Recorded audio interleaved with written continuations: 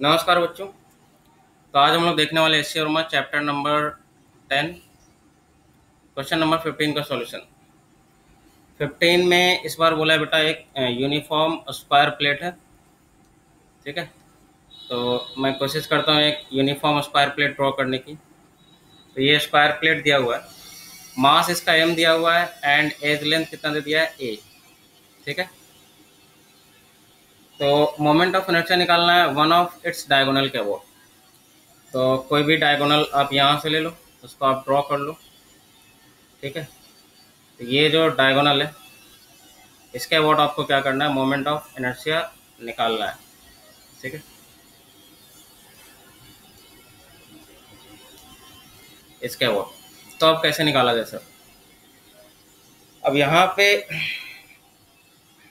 Direct तो इसका कोई फार्मूला याद नहीं। हाँ, आपको कौन कौन सा फार्मूला याद है इसमें? तो आपको ये पता है कि अगर ये स्क्वायर प्लेट है, यूनिफॉर्म स्क्वायर प्लेट है, और अगर ये साइड ए है, तो एक तो इसी के प्लेन में है ना, इसी के प्लेन में जो दोनों का मिड पॉइंट ज्वाइनिंग है उससे मिलाने वाली लाइन के अबाउट मोमेंट ऑफ इनर्शिया आपको पता है ये कितना होता है, तो रॉड के इक्विवेलेंट होता है ना। मतलब इसको अगर चिपटा कर दो तो रॉड के जैसा ही हो जाएगा। तो ये तो आपको याद होगा ही, एम ए स्क्वायर रॉड का कितना होता है, एम एल स्क्वायर बाई 12 है ना। तो साइड लेंथ कितना हो जाएगा इसका ए, तो एम एल की जगह पे ए स्क्वायर अपॉन 12 ये होता है, ये आपको याद रखना है। सिमिलरली अगर आप ये दोनों मिड पॉइंट ज्वाइन करो तो इसके अबाउट भी मोमेंट ऑफ इनर्शिया आपको पता है कितना होता है बेटा, एम ए स्क्वायर बाई 12। ठीक है, और इसके अबाउट भी आपको पता होना चाहिए, ये सेंटर से पास करने वाला लाइन, बट ये परपेंडिकुलर है। ये दोनों जो एक्सिस था इसी के प्लेन में था, ये परपेंडिकुलर है। तो इसके अबाउट मोमेंट ऑफ इनर्शिया क्या होता है, परपेंडिकुलर एक्सिस थ्योरम लगाते हैं आप यहाँ पे हम लोग है ना। परपेंडिकुलर एक्सिस थ्योरम कब काम करता है, तो जब भी हमको किसी दो परपेंडिकुलर लाइन के अबाउट मोमेंट ऑफ इनर्शिया पता है या सिमेट्री कुछ भी होता है ऐसा, तो हम लोग कोशिश करते हैं क्या, परपेंडिकुलर एक्सिस थ्योरम लगाते हैं। परपेंडिकुलर एक्सिस थ्योरम क्या बोलता है कि अगर ये आई जेड है जो कि परपेंडिकुलर है, और ये आई एक्स है, और ये क्या है आई वाई है, किसी भी बॉडी का है ना, कोई भी एक बॉडी है, बॉडी कैसा होना चाहिए 2D, ये 2D बॉडी के लिए ही लगा सकते हैं, इसलिए यहाँ पे लिखा हुआ है स्क्वायर प्लेट। स्क्वायर प्लेट में यहाँ पे काम करेगा है ना। 3D ऑब्जेक्ट में परपेंडिकुलर एक्सिस थ्योरम काम नहीं करेगा, क्योंकि वहाँ पे परपेंडिकुलर का कोई मतलब ही नहीं है 3D ऑब्जेक्ट में।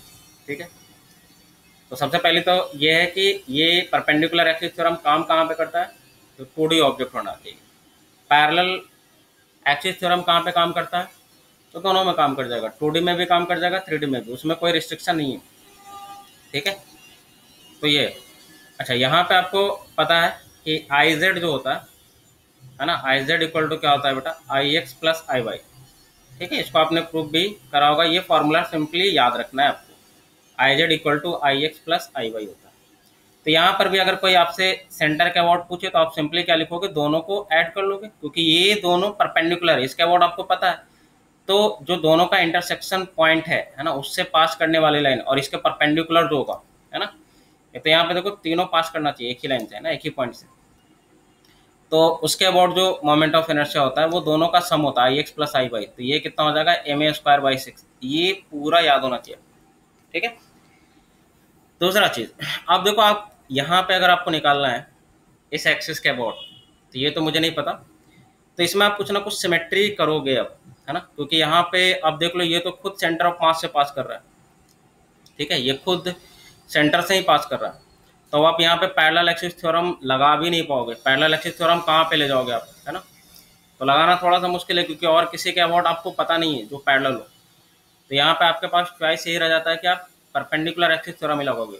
तो परपेंडिकुलर एक्सिस थ्योरम क्या बोलता है कि अगर किसी दो लाइन के अबाउट सिमेट्री मिल जाए, तो ये देख लो आप, ये पहला डायगोनल दिया हुआ था और ये स्क्वायर दिया हुआ है, तो स्क्वायर में ये खूबी होती है कि दोनों डायगोनल क्या होते हैं परपेंडिकुलर, रेक्टेंगल में ऐसा नहीं मिल पाता, तो वहाँ पे कुछ और सोचना पड़ता है ना।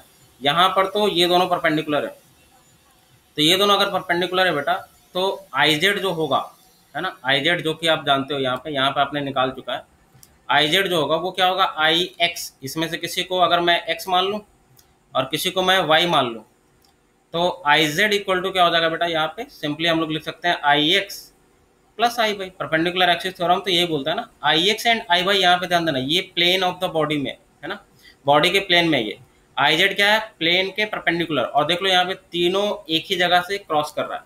तो ये सारा चीज़ आपको वेरीफाई करना पड़ेगा परपेंडिकुलर एक्सिस थ्योरम अप्लाई करने के लिए। ये कोई ज़रूरी नहीं है कि वो सेंटर ऑफ मास से ही पास करे, कहीं से भी पास कर सकता है। जैसे यहाँ पे कुछ होगा, मान लो सेंटर ऑफ मास कहीं ना कहीं पे होगा, हाँ पैरेलल एक्सिस थ्योरम लगाओगे आप तो वहाँ पे आईसीएम जरूरी है, वहाँ पे सेंटर ऑफ मास का इंपॉर्टेंस है।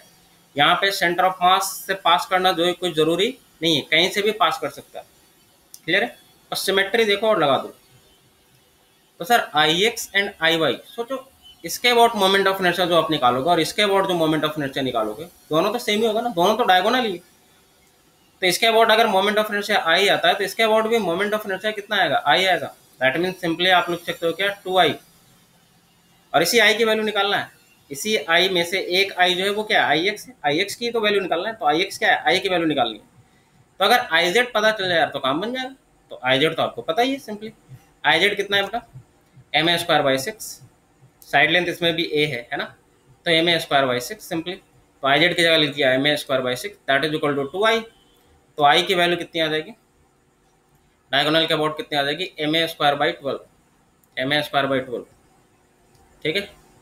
आप यहाँ पे देखो एक इम्पॉर्टेंट चीज़, यहाँ पे देखो कि एक तो डायगोनल के अबाउट जो मोमेंट ऑफ इनर्शिया आया, और एक इसके मिड पॉइंट को मिलाने वाला जो लाइन है ना, मतलब दोनों तरह से दोनों इक्वल आया। देख लो आप यहाँ पे एम ए स्क्वायर बाई 12 यहाँ भी, और आना भी चाहिए, क्योंकि यहाँ पर भी ये दोनों का सम इसके इक्वल है, और यहाँ पर भी ये दोनों का सम इसी के ही तो इक्वल है। तो यहाँ भी ये आई होगा तो ये आई होगा, यहाँ भी ये आई होगा तो ये आई होगा, तो ये तो 2i होगा ना इसके इक्वल। तो ये तो सिंपली आधा होगा ना इसके, सिंपल। यहाँ पे तो एक कंसेप्ट ये ध्यान में रखना है, मतलब इसको एकदम ध्यान में रखें कि डायगोनल के अबाउट जो मोमेंट ऑफ इनर्शिया होगा, स्क्वायर प्लेट की बात कर रहा हूँ, और ये जो दोनों मिड पॉइंट हैं, ये दोनों को ज्वाइन करने वाला जो लाइन है, उसके अबाउट जो मोमेंट ऑफ इनर्शिया होगा, दोनों के अबाउट सेम होगा। ठीक है। तो ये एक इंपॉर्टेंट कंक्लूजन आप यहाँ से निकाल सकते हैं। तो चलिए इसका आंसर पहले मैं चेक कर लेता हूँ। इसमें आंसर हम लोग का क्या है, एम ए स्क्वायर बाई 12 है ना, और ये था क्वेश्चन नंबर 15। तो 15 का एम ए स्क्वायर बाई 12 सही है। तो फिर मिलेंगे हम लोग क्वेश्चन नंबर 16 के साथ।